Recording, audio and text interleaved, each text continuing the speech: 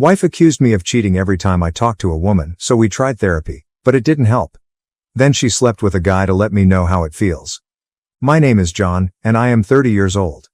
I met my wife, Claudia, who is 28 years old, when I was in college. At that time, I was majoring in business economics, while Claudia was studying English. We first crossed paths at the house of a mutual friend. We hit it off pretty well and dated for a couple of years. Sometime after we both graduated, I decided to propose to her, and she said yes right away. That's the summarized version of our courtship, since I don't think there's anything really noteworthy in there. We've been married for 4 years now. I think I started to notice some changes in my wife. By the way, let me just say that her name is Claudia as a pseudonym. After we got married, I think about a year after, it started after she walked in on me and a female colleague together at a bar. I know it sounds bad, but it was an entirely innocuous situation. A bunch of us coworkers went out after work for some drinks, which isn't an unusual occurrence. As people started to leave one by one, it was eventually only me and this colleague left at the bar. Claudia walked in with her friends, and they came to say hi to us. I returned the greeting normally, because it's not like I felt like I was doing something wrong. But it was when Claudia got back home after me that everything hit the fan. When she walked in, she threw her purse down and came stomping towards me. She pointed a finger in my face and started screaming about how she caught me in the act of cheating on her. I tried my best to tell her that wasn't the situation, but she honestly didn't let me get a word out.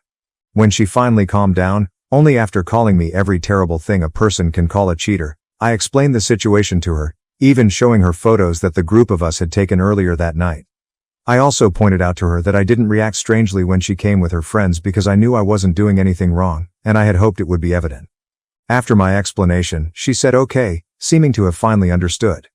She stood there for a few seconds like she wanted to say something, and then she went into the room.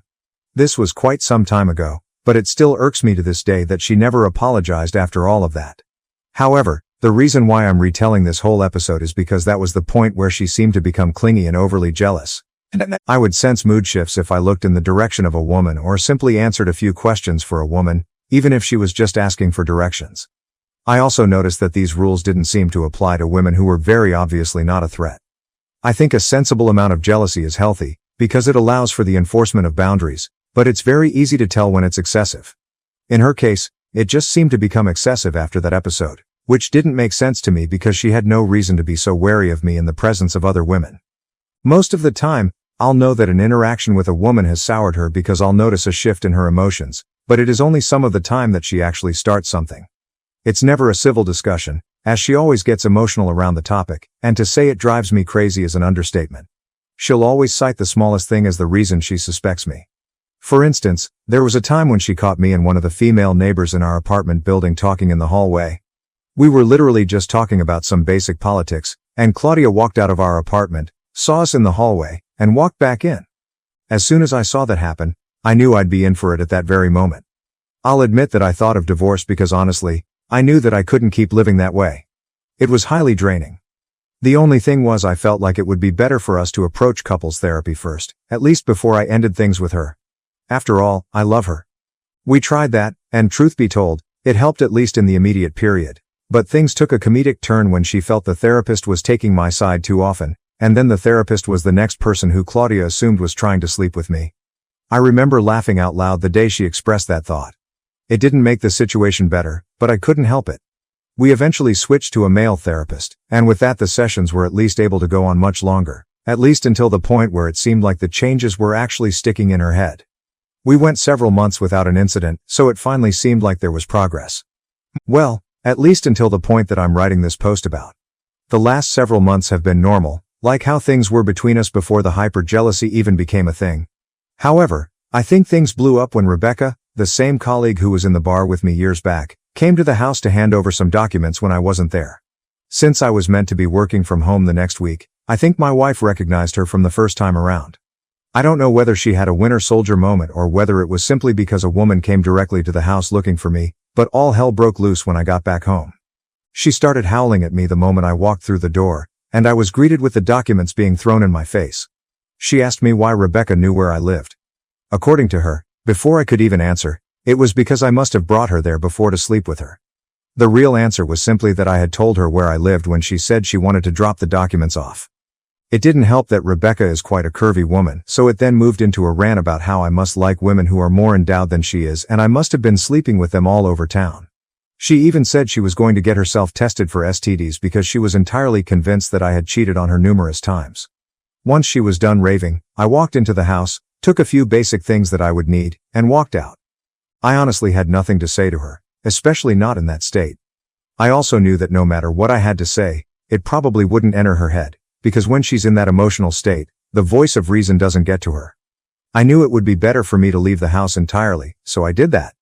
I heard her shouting behind me, "Enjoy Rebecca's bed now." This happened very recently, and I've been sleeping in a hotel since then. The thing is, I am set on divorcing her because I really can't live several more decades of my life, best case scenario, dealing with a woman who thinks that I'm cheating with every other woman in existence.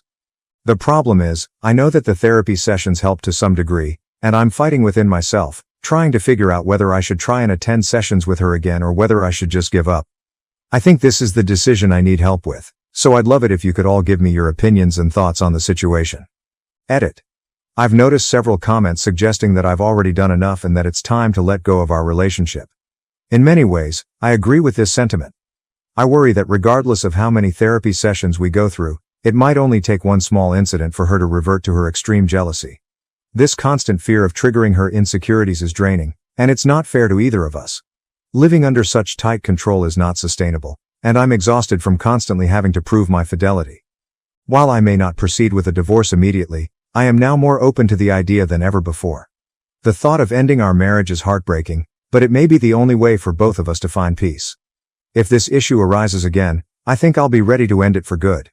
To be completely honest, living under such tight control is not sustainable, and I'm exhausted.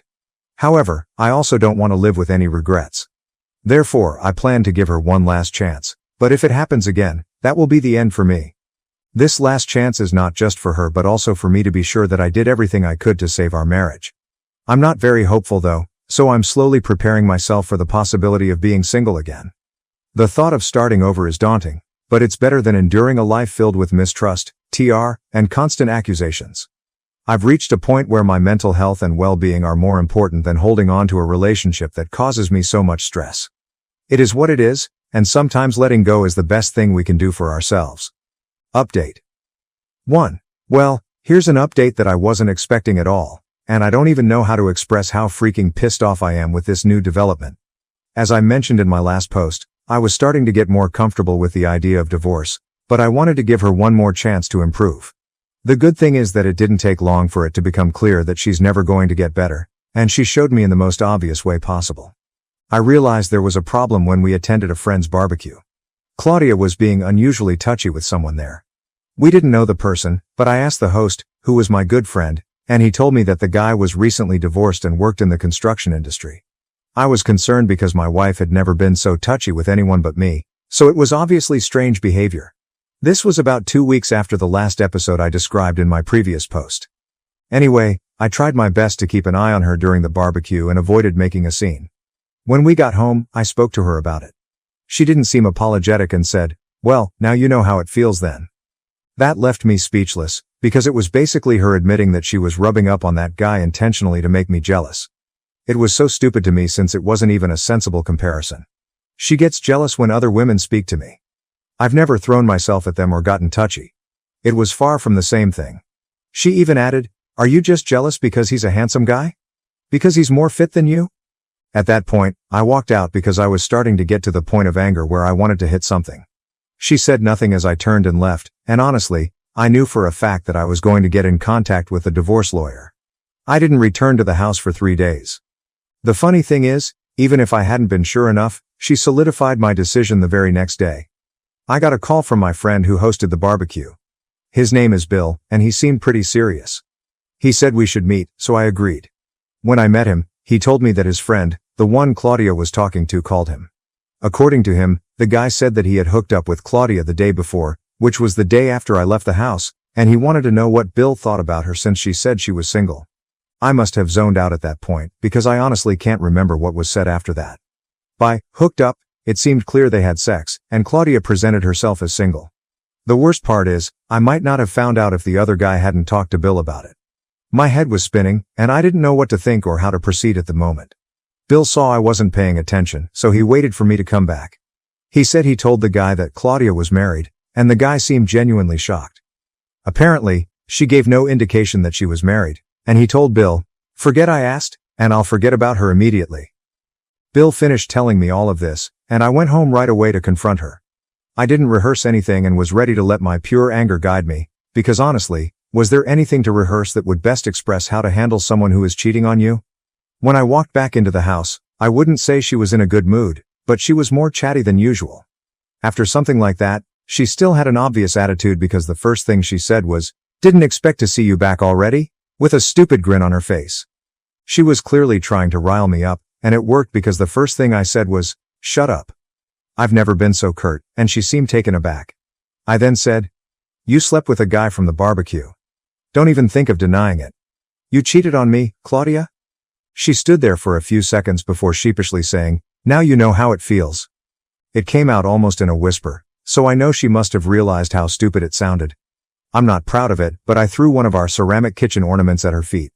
I was pissed off by that stupid comment because I've never even come close to cheating on her. So for her to see this as retribution was crazy. I can't remember what I said after this, but I remember a lot of cursing, screaming, and explaining. I told her she was crazy if she thought this made any sense. I told her she had never caught me even close to cheating, that she constantly overreacted to the slightest interactions I had with women, and that she was delusional to think I had ever shown signs of unfaithfulness. I pointed out that all the things that triggered her were always women's actions toward me, never mine toward them. Despite the many times she accused me of cheating, she never had definitive proof of a single one. It was all in her head. I told her she needed help, and I think that was the moment I expressed everything I'd ever wanted to scream at her. When I was done, she said nothing. She just stood there. I asked if she had anything to say, but she said nothing at all and just shook her head slightly. I told her to pack a few of her things and leave. Again, she stood there for a bit before walking to the bedroom. She came out about an hour later with her suitcase packed, and I haven't seen her since then. This time, I definitely don't need any help figuring out what to do next. I've already contacted a divorce lawyer, and I really want to make sure I hurt her in the split, because I've put up with way too much over the years. I'm so exhausted and annoyed that this is what it had to come to. I'll update you all once the divorce is finalized and I know where I stand. Update 2. I am incredibly happy to share this update and feel like a massive weight has been lifted off my shoulders.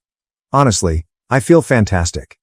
In a previous post, I described my extremely jealous wife, who constantly accused me of cheating or being interested in other women. Her decision to intentionally make me jealous and then sleep with another man was the final straw. I quickly contacted a divorce lawyer, and it didn't take long for the papers to be prepared. I made sure she was served at her workplace. For context, she works at a publishing company, so I'm certain this created some office gossip. In fact, I know it did, because she sent me an angry text that evening, accusing me of embarrassing her and being vindictive. Fast forward to the divorce proceedings, I realized I had messed up big time because I had no concrete evidence that she cheated on me. I didn't record my conversation with Bill or the confession from her affair partner. I tried to see if Bill could get the affair partner to admit it again, but that wasn't feasible. However, I managed to convince the court by explaining her jealousy, the couples therapy we attended, and recounting the entire story. Honestly, she attempted to spin the story in her favor from the start, but it was transparent. Thankfully, in the end, I received a very favorable outcome. I got to keep the house, which was fair since I lived there before she moved in. It was determined that there was no need for me to pay alimony, even though I earned more than her, because the difference wasn't significant enough and the judge didn't want to reward her behavior. Fortunately, we didn't have any children, which was a relief. I was glad to be free of any ties to her. I also think I got off easy because I agreed to let her take several pieces of furniture and appliances from the house. I did this mainly because I didn't want daily reminders of her around. So that's it. I'm finally free of her. While it's painful to realize that I spent so many years being falsely accused of cheating and then actually being cheated on, I'm relieved to be in a position where I know it won't happen again. Now it's time to move on to the next chapter of my life. Thank you for watching. If you haven't subscribed yet, please do so and hit the notification bell to stay updated with more shocking real-life stories happening around you.